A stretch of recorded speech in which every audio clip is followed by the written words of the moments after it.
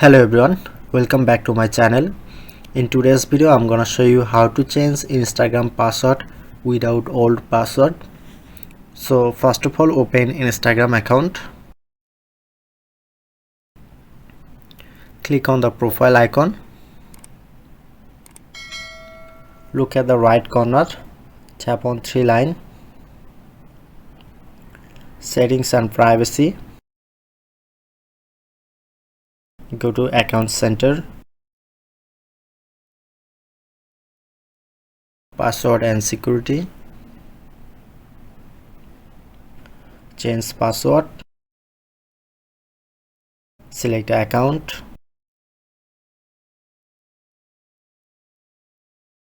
and forget your password.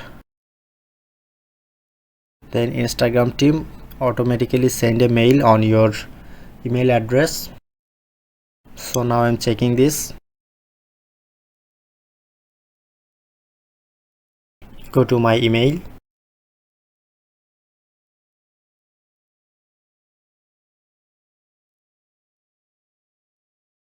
and click on reset password.